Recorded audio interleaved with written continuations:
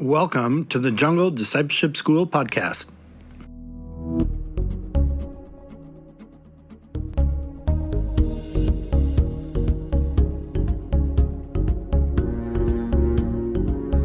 My name is David Small, and I'll be your host for the next little bit here. And yeah, I'm thankful that you're with us, thankful that you're still tuning in wherever this may find you. I hope it finds you well. And I'm actually testing out some new podcast recording software today on Riverside. So I'm just checking it out. So bear with me if it sounds funny or it sounds better. Maybe it sounds like I'm got a nice voice all of a sudden. But anyways, yeah, I'm glad that you're with us. And I actually don't have much to share with you today, so it might be a short episode, but I just wanted to put something out to let you guys know that I'm still here, still alive and well. And it's been a really busy time for the Jungle Discipleship School. And so I'm in Chiang Mai right now, actually. And I've got this week off, and I've got a guest teacher at the school right now. And it was so stressful because, you know, as the only teacher for the program, and it was a little stressful to leave, not having other adult supervision there. Last year I had other adult supervision there at the school. And so, yeah, it was just easier to leave. And now this year it's a little more challenging to leave.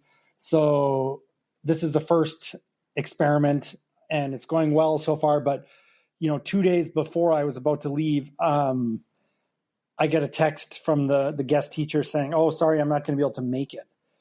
And I had a little bit of a meltdown because I had nothing prepared to teach for this week. And I had already given my translator permission to leave campus, and she's gone for 10 days to visit some friends.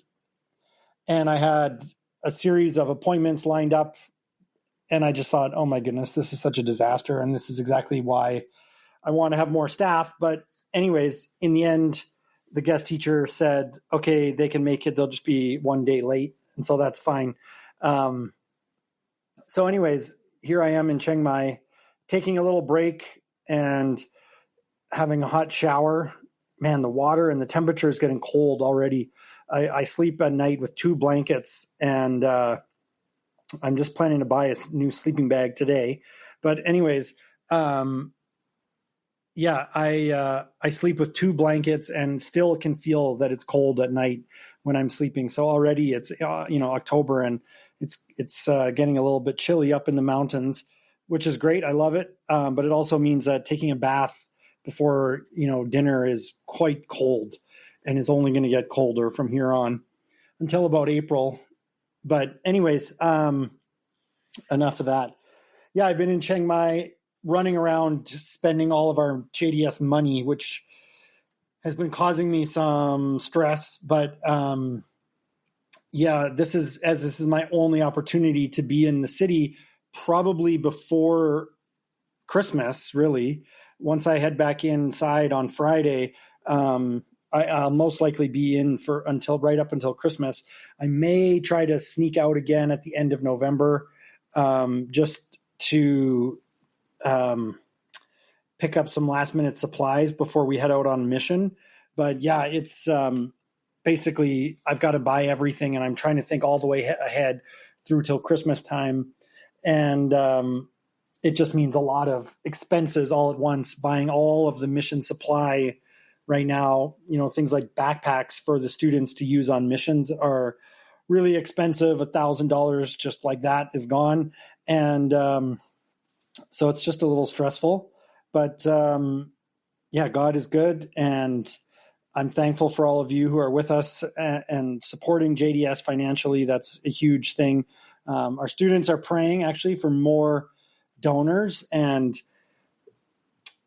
I was talking with somebody a few weeks ago about this, and they wrote to me and said, I'm praying for you guys that you'll get more donors. And I wrote them back, and I just was casually explaining to them that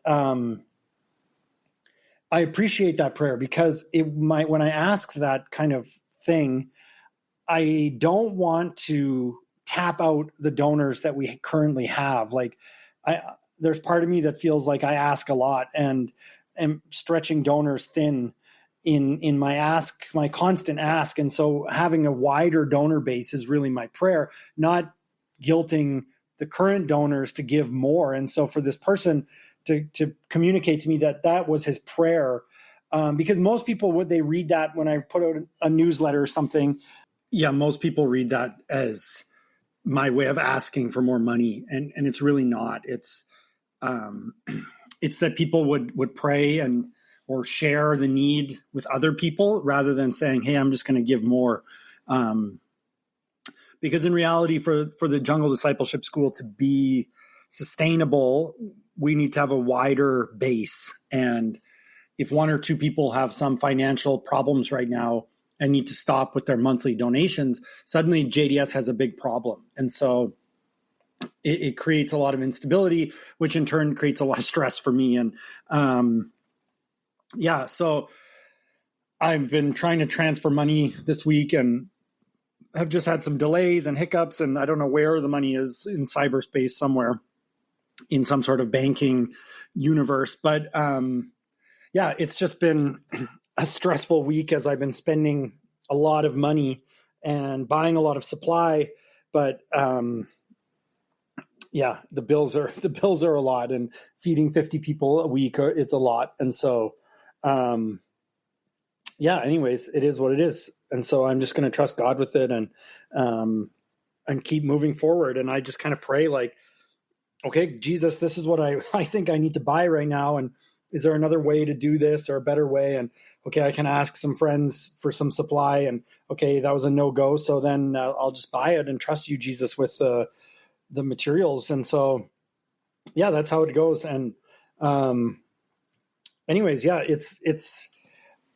it's a fun experience, a fun lesson here. And anyways, shifting gears, let's talk a little bit about JDS and what's going on. So I'm on a week break right now. We have a teacher up there who's teaching on nation building, which is a really interesting topic, because as somebody from Canada or America or the UK or Australia, it's a subject that we never learn. It's a subject that we never talk about, because we come from, now this could be arguable, a built nation already. So we don't have to think about what does it mean to build a new nation. But in Burma, that's a real thing, and it's a real subject that requires lessons and thought put into it. And so I've got a teacher there right now who, amazing lady. She's I met her. She prayed for us probably 4 years ago now, 3 or 4 years ago now. And she just had this incredibly powerful, fiery prayer, and has since been involved in a lot of the political side of the revolution, and in some high-level meetings with different countries about what would it look like for certain states in Burma to separate and form their own countries, and what does it mean to build a new nation. And so, and in a lot of ways, I think it's very fascinating from a spiritual side, because we belong to the kingdom of God. We belong as citizens, not of our passport countries, not of our resident countries, but as part of the culture and the kingdom of God. And we're advancing God's kingdom on earth, taking ground in Jesus's name. And we're building a nation here that represents the kingdom on earth. And we're building a nation in the sense of the culture at JDS is not a Karenni culture. It's not a Karen culture. It's not a Canadian culture. It's kingdom culture is what we're trying to build. And so we're building our own mini nation there, and we're using it as a framework for launching that into the bigger picture of, okay, if the Burma army fell down tomorrow, how do we make a new country? what does that look like from an individual, from the grassroots all the way up to the political side and the military side. And so anyways, fascinating class for our students. Last week, I was teaching on God as Jesus, and just a really beautiful week. It's always so good. I love teaching that class, and it's always so good for my heart to just go through the material, to teach it again. And I told the students, like, I'm so excited to teach you this material because all week I get to share with you about my friend. And I get to talk about how amazing my friend is, what kind of personality my friend has, what kind of character he is. And I get to introduce you to the Jesus that I know. And and in reality, it feels like, oh, I get to, like when we tell, a parent talking about their kids or somebody, you're bragging about your friend or something like that, is like, oh, I want you to meet my friend. You've got to know about this person. And that's how I feel like I'm sharing the story of Jesus with the students. And yeah, it's been interesting to think about the way that Jesus connects culture to the gospel, in the sense of, I introduced this idea to the students that Jesus was a refugee. And I've probably talked about this last year when I taught this class, but, in the reality of modern language, Jesus was born into a situation where King Herod said, okay, I want all children under 2 years old, all men, male children under 2 years old, killed. And this is basically like a genocide. And Joseph is woken up in the middle of the night, pack your things, flee from this persecution, flee from the imminent death that's coming your way, and flee to a third country. And this is in reality a refugee in the modern terms and the modern sense. And for our students, who all of them, 100% of them, have had to flee at some point in their lives from war, from death, into a border area, an IDP camp or a refugee camp, for them to kind of relate to this in a new way and to relate to Jesus.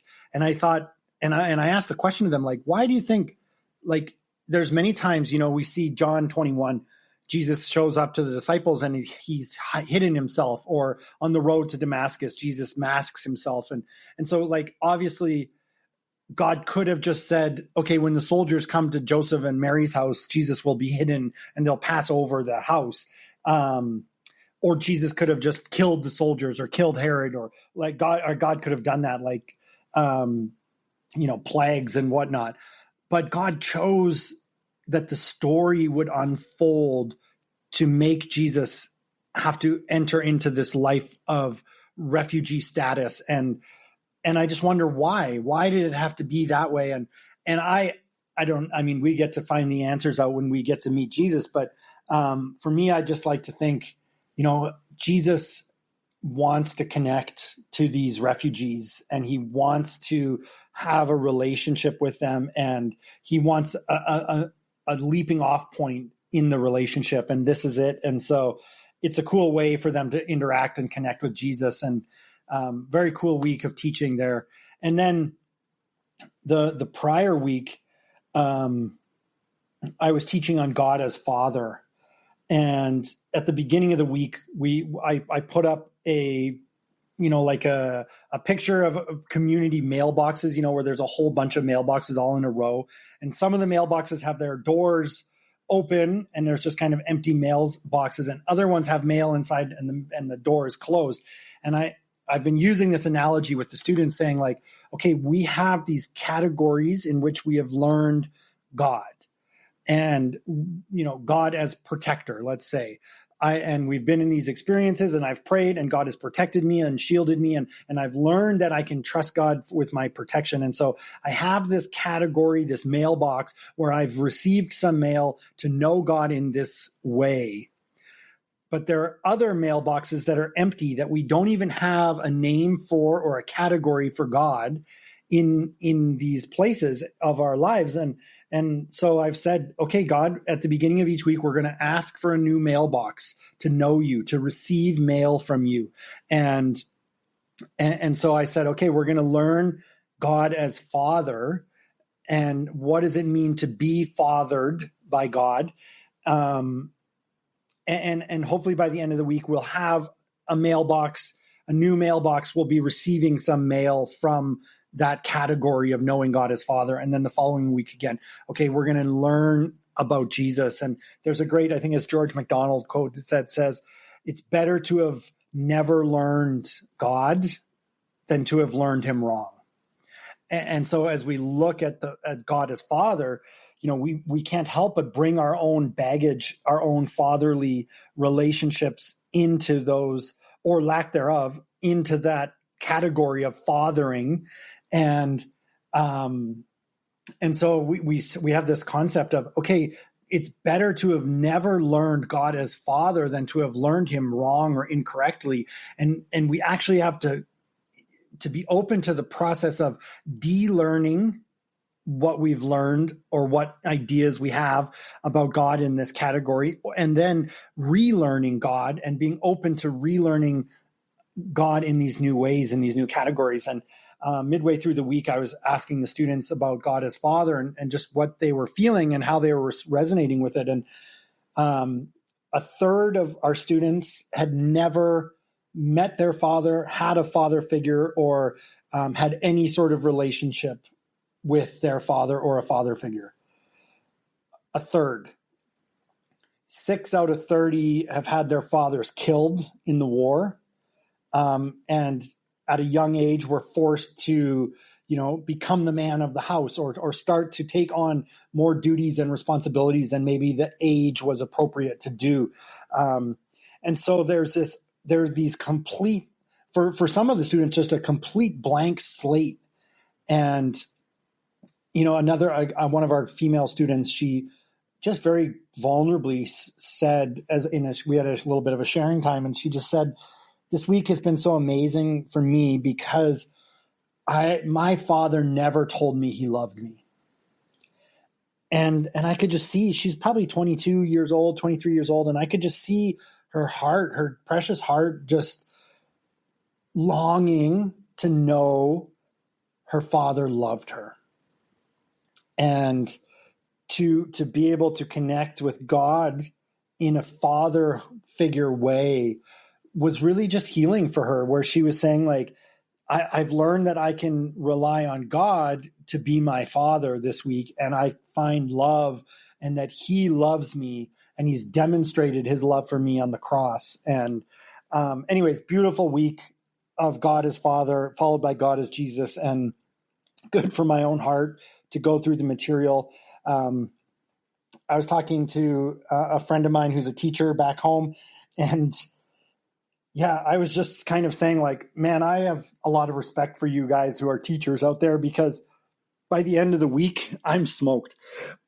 Like, come Friday, after a full week of teaching, I am exhausted, and I'm not even teaching like all day, and I'm not teaching kids, like I'm not babysitting, but in the sense of like a middle school teacher, elementary school, oh my goodness, you are a gifted and special person, because it's exhausting. And if you really want to teach well, if you really want to pour yourself into it, and maybe it's my introverted personality, but to really pour and be passionate about what you're teaching, you need to know the material, you need to be well versed in the material, and you need to have an engaging style to teach for these students. And it's exhausting. And so by the end of the week, it's tiring. And so I'm thankful for this week off from teaching.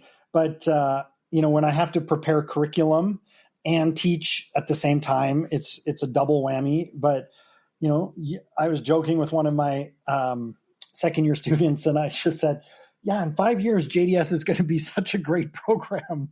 We'll finally have our act together in 5 years from now. But anyways, it's been a really busy time, and we're approaching a little bit of a not going to say lull, just a change of pace.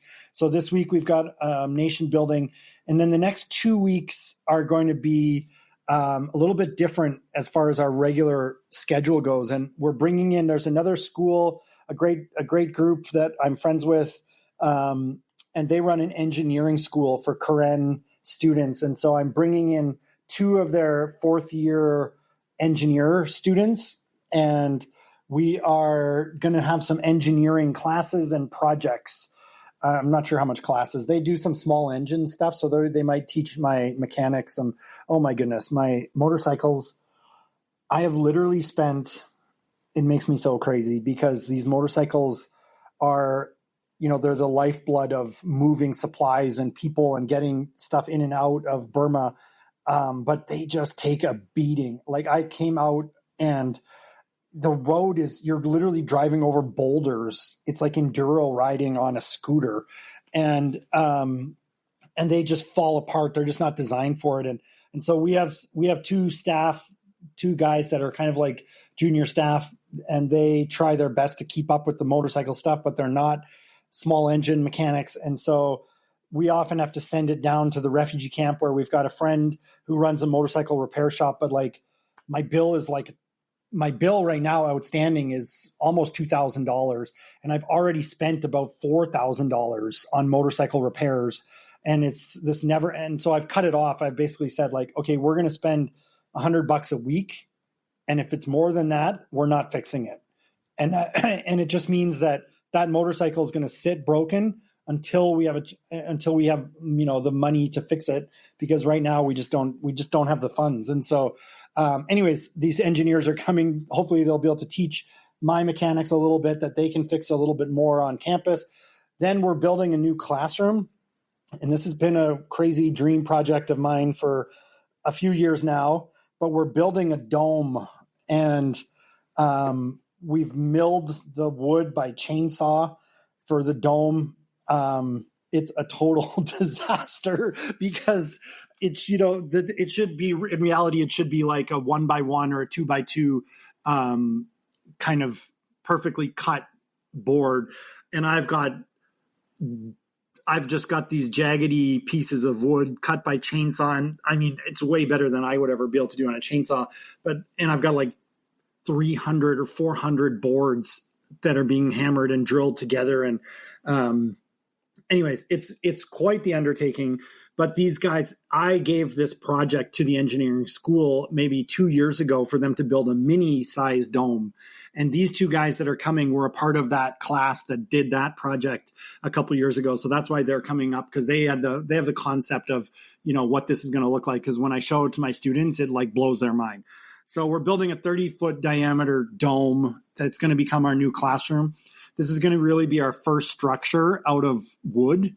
And up until now, everything is bamboo and tarps. And so, yeah, it's going to be fun. It's going to be a cool project. Our students are interested. They're curious. They don't really have any idea what it's going to really look like when it's done. But we'll go together. And so next week we plan to, I'm just really having a hard time I've been praying that you can join me in this, but that there's a way to get these engineering students up there.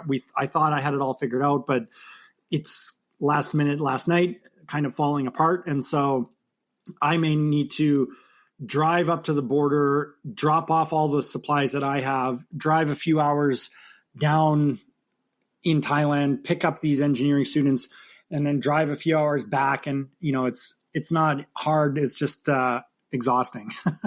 So you can just pray that gets sorted out, and we have favor with the authorities on that one. But anyways, engineering guys are coming next week, and that'll be super fun. Just a different thing, get us out of the classroom for a week and into some new projects. We're also hopefully moving all of our water. And so we've got this new water system that we're sort of setting up. And it should allow us to have 24-hour water. Right now, we only get water 3 times a week. And so, anyways, we should be able to, with this new setup, we should be able to get water 24 hours a day, which will be awesome.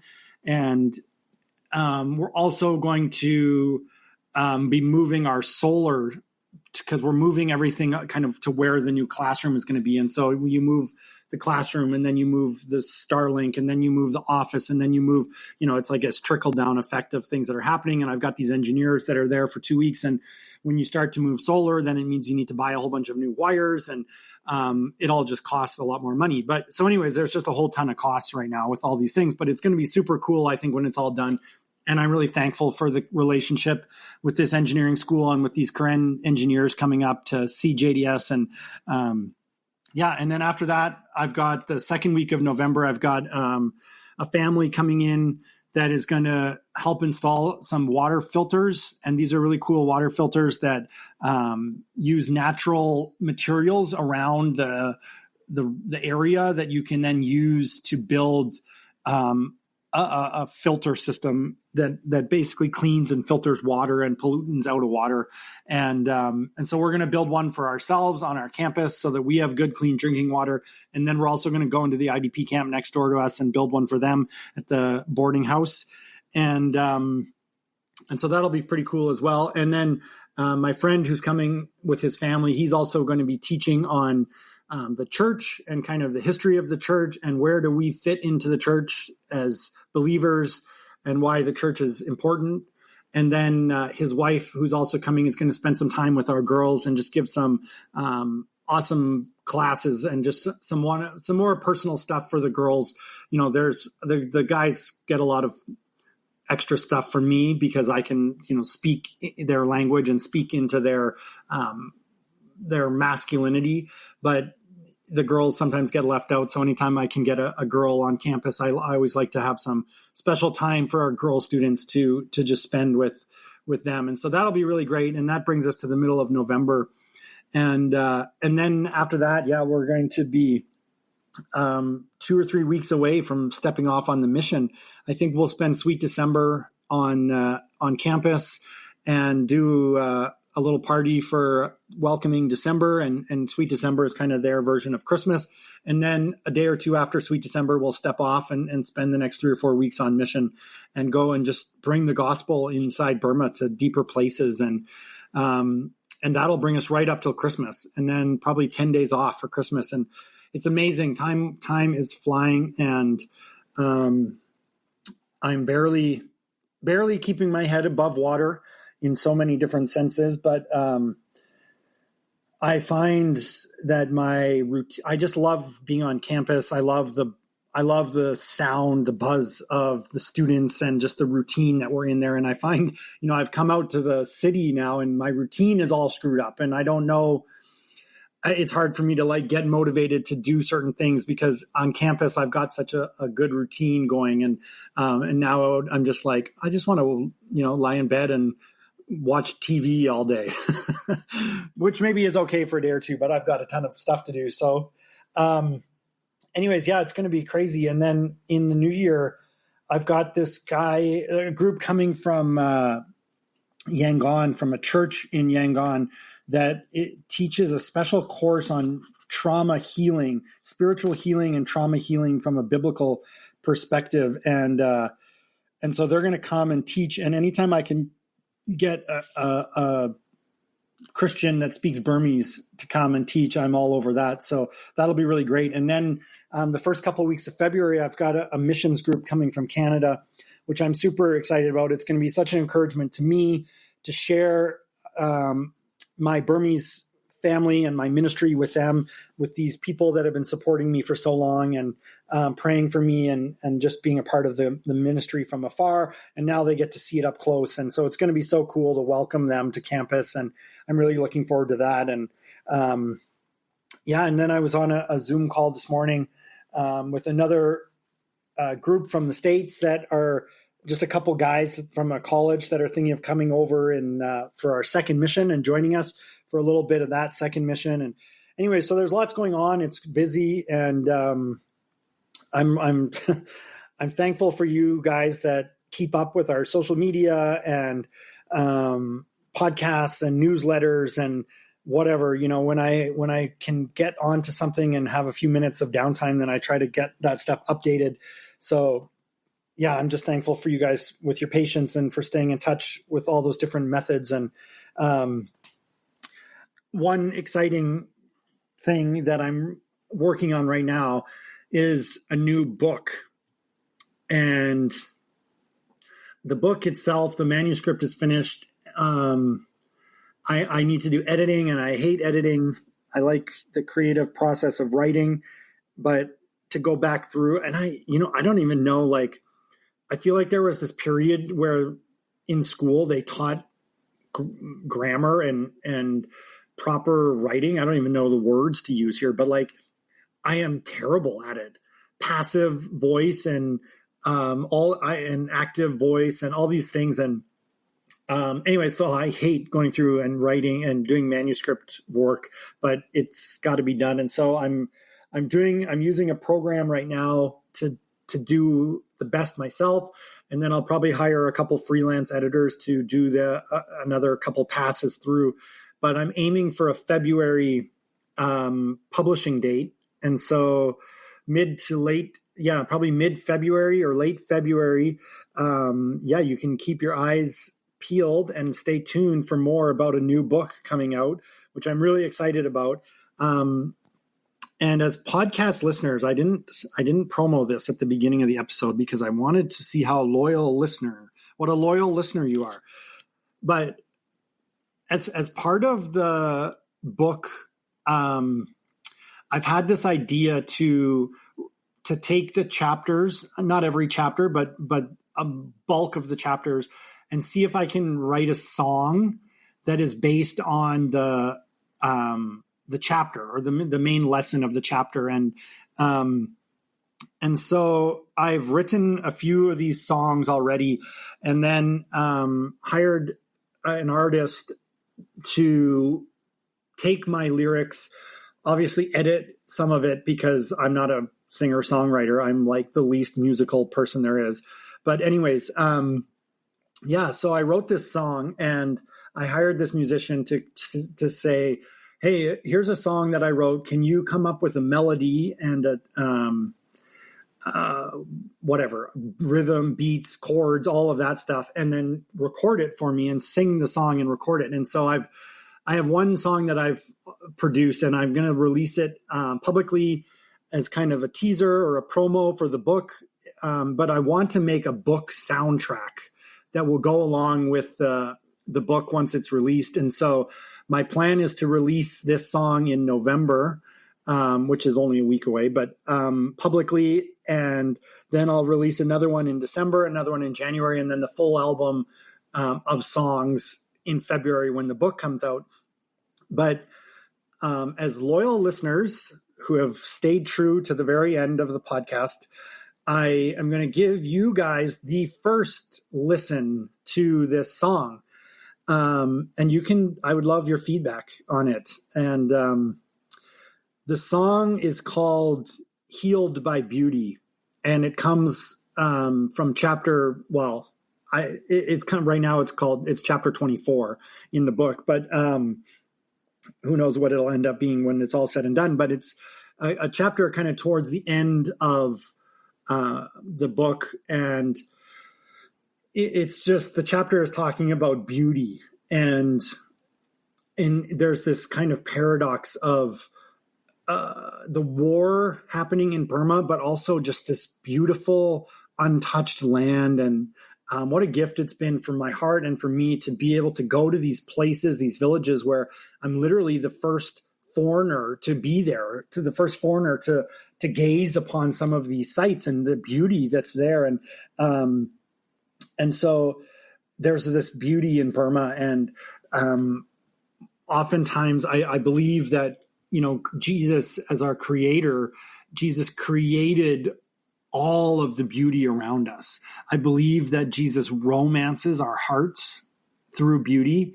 And I believe that, that Jesus, heals our hearts through beauty, that in the trauma, in the grief, in the pain, just to be in nature, to be close to creation, to be around the beauty that Jesus generously provided for us, we slowly find this healing in our heart. And the song is called Healed by Beauty. And to clarify, we are not healed. I don't know the theology and the psychology of this, but we're not healed by beauty, but we're healed by Jesus through beauty. And so oftentimes when I see this beauty in creation, I will pause for a moment, take it in, not through the screen on my phone, snapping a photo or a selfie, but just soak it in for however long I can. And I'll often pray the simple prayer of, Jesus, I receive this beauty and your love into my soul. Because Jesus gives us the beauty of this world, the beauty of creation with his love and his blessing. And it's through the beauty, through his love, that we are healed in our hearts. And we bring, John Eldridge always says, we bring flowers to funerals because it's this reminder of beauty. We want there to be something beautiful. Weddings are full of flowers because we want there to be this interconnectedness of beauty with what's going on in our hearts. And we bring flowers to funerals because we need to have some sort of visual reminder of there is beauty in the world. There is good in the world. And so the chapter of the book, and so when I wrote the song, I wanted the song to stand alone from the chapter so that you can just listen to it without needing to have read the chapter. But having read the chapter, I believe the song will become a bit richer or more meaningful. So you've got that to look forward to as well. But anyways, I remember sitting on a beach. I had come out of a mission. I'd been inside for a long stint, a few months, and it was a really intense time. Like, we were getting bombed, and I remember coming back out, and I went to the south of Thailand, and I was on a beach, and there was this sunset, and I just remember sitting at the beach as the waves and the tide came in, watching the sunset, and this thought just came to me that was like, oh, I can't believe I'm still alive. And I was allowing this beauty of the ocean, the vastness of the ocean, the playfulness of the tide coming in at my feet, pulling the sand out from underneath my feet, just the colors of the sunset on the ocean, just to allow my triggered body and heart and mind to slowly take a deep breath and relax a little bit. And so with that visual in your mind of kind of sitting next to the ocean, I want to share this song with you called Healed by Beauty. I'd love for you to let me know your feedback and your thoughts on this song. And enjoy. Thanks so much for being with us. God bless you.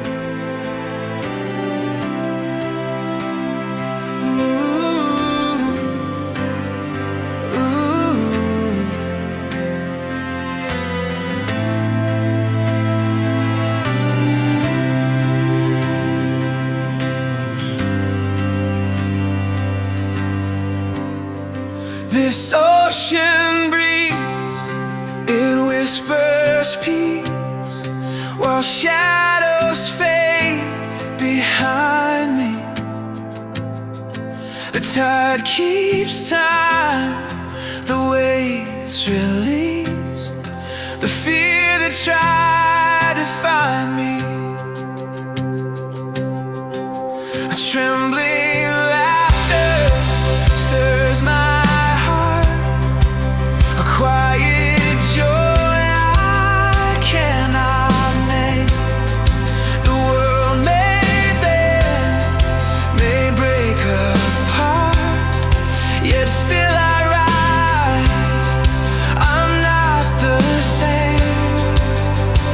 Through storm and night, through fire and trial, a steady hand restores my soul.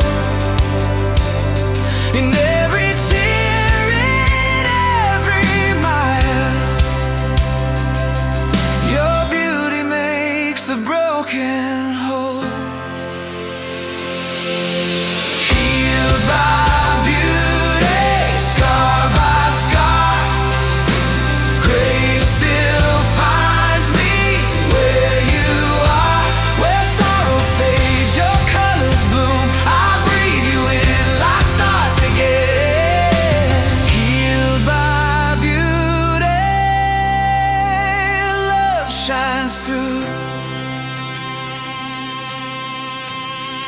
No crown, no soul.